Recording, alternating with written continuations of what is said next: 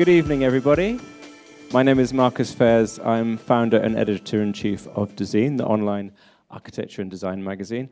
I'm delighted to be here to chair this Dornbracht Conversations number 8 with a fantastic lineup of people. From my far right, we have Rafael de Cárdenas, who's based in New York but's flown in from Hong Kong. We have Linda, Neri and Neri&Hu you're based in Shanghai, and I think you've come from Shanghai. And I also have Holger Struck, who's the brand director at Dornbracht. The topic of our conversation, title of our conversation is Are Interior Trends Over? We're going to be discussing whether the eclectic style, as we call it in the UK, or the transitional style, as they call it in America, has kind of taken over as the kind of default style where anything goes, really. I mean, in the past, there were these sequence of isms, like Modernism was the last great one, and it's kind of not really gone away. That's what we're here to discuss. But first of all, I'm going to have a little conversation with Holger. Tell us about how did this collaboration come about?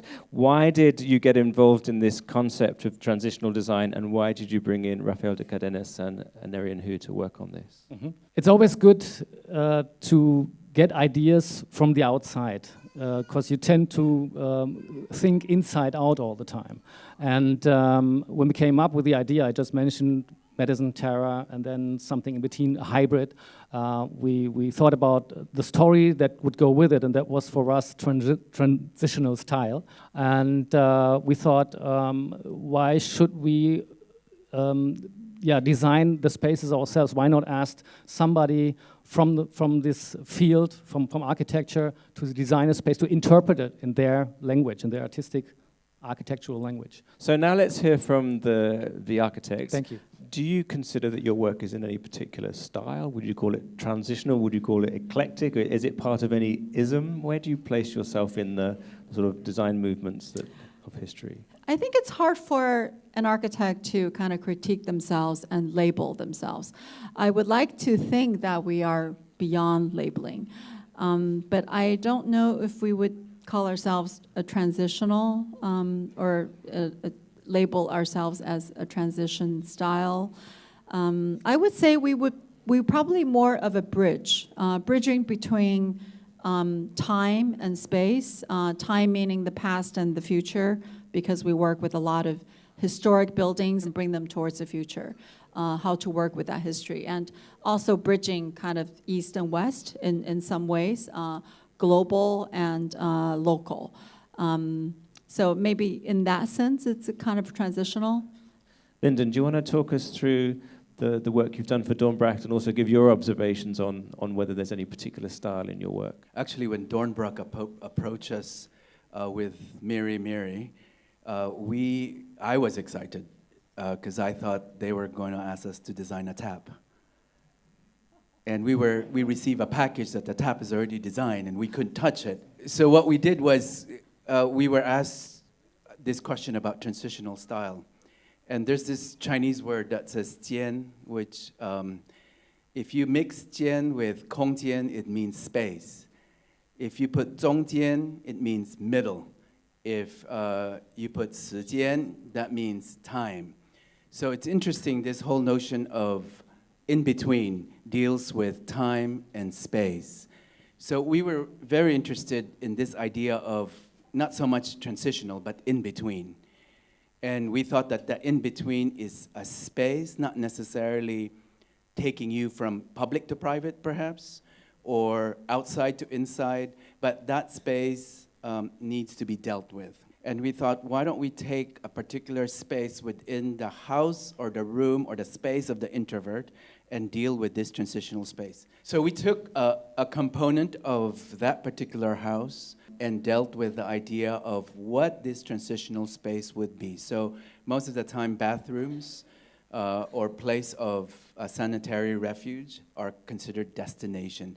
So we made it a transitional space. So we did some sketches, and the idea that you are inside the space, you are neither outside or inside, and that in-between space is dry or wet, landscape and interior. So the idea of this constant transition, you don't really know where you are. All these dualities constantly dealt with in this particular space we're exploring? We seem to be kind of ignoring the question of style.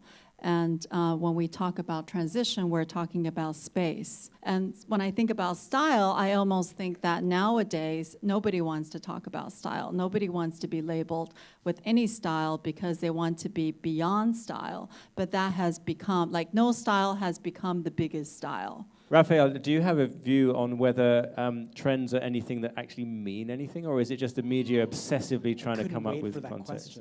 I actually do think there are isms and styles and all these things do exist, and I think that there are lots of things that are popular. There's just a cacophony of voices. So I think you have less of a singular thing. Even like, just 10 years ago, there were kind of these stylistic tomes that kind of like predicted trends and that kind of thing. And I think that to some degree, that's just happening on a more fragmented level. Would you think somebody could look at these projects and know that they're from the same person? Do you have a style? I think no one likes to say they have a style, or I don't. I think I probably do. I'm still enamored by the first time I became aware of many things, and that was in the 80s.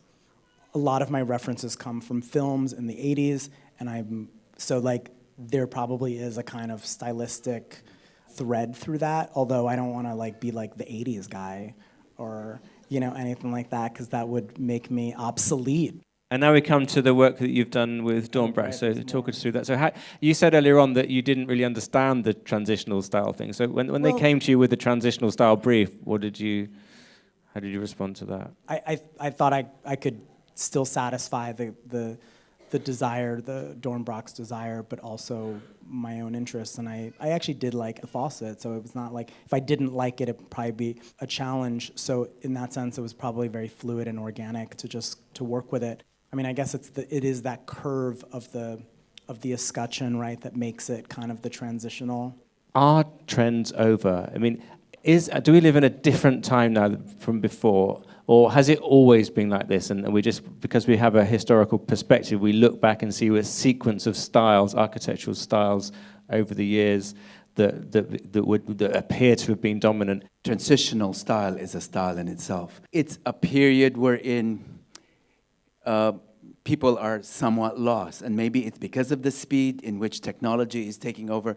So I don't have an answer for you, Marcus, unfortunately, but I think it's a period wherein we really have to search ourselves. Architects, I mean, I'm looking at even the architects I admire today. I mean, have we had really breakthroughs in modern architecture? Since the beginning of modernism, I feel, like what Lyndon said, we really haven't really gone that far. Maybe some people have tried to be more futuristic than others, but that's just really in form and not so much in the content that we're all looking for. And it's almost like every ism seems to say or proclaim that they want to end the ism before that. And I think anytime you want to do something definitive, you actually get caught up in that claim, and you are not being definitive because something else will take over. So I would say, yes, we're saying that interior trend is over, but by saying that it's not over. Raphael, do you have an opinion on that? It's like, do you agree with Rosanna that we're sort of stuck in modernism and a bit lost? Modernism was never contemporary. If something's contemporary, it's kind of everything. It really holds a big spotlight, and modernism was always special. It was never everything. Like we were just saying earlier, Mies van der Rohe's Chicago, most people still had boomerang coffee tables that were teal formica. So I do think that modernism kind of drags on, but I do think trends exist, and I think that interior trends specifically, they participate in fashion. That's actually where interior trends, and there are lots of trends, right? Like Yeezy's a trend, millennial pink and brass with white marble is a trend. I mean, if you go on Instagram, you see that a lot, So I don't think they're over. I just think that there are more voices and more subsets of them, and I think that offers more opportunity. Where would a new revolutionary trend come from? What would be the seeds of that? I actually think maybe the breakthrough is not through materials. Through technology, we're allowed to be, through Instagram, for instance, be connected, or through social media, see things much faster.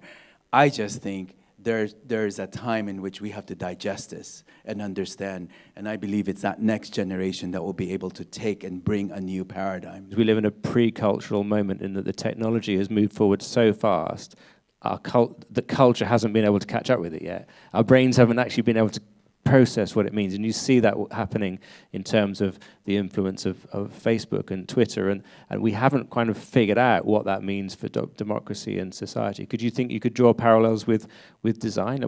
We're sticking with modernism because we don't understand the tools that we have and the implications of them, maybe. And I wonder why we're even talking about trends. And I wonder whether the question should be not whether it's over, but whether trends are important at all. Because I think trends are for, commercial marketing. And we want to have an idea of what will sell. We want to know what the market wants. And that's why we need to know what the trends are. But now that there is social media, now that there's a different way, a much more kind of, direct way of knowing what people want and also being able to make predictions. Maybe we no longer need trends because it's no longer about that every, trend presumes that the society or group of people will want the same thing. But actually, we no longer need that because customization or different ways of manufacturing are able to give us exactly what we want. So I don't need to be wanting the same thing that my neighbor wants. I want that very specific color, that very specific size and style, and I'm gonna get that because the new way of manufacturing is going to allow that. So I think that's all gonna come with the changing of technology. I love the fact that you just agreed that when you were at school, style was a dirty word.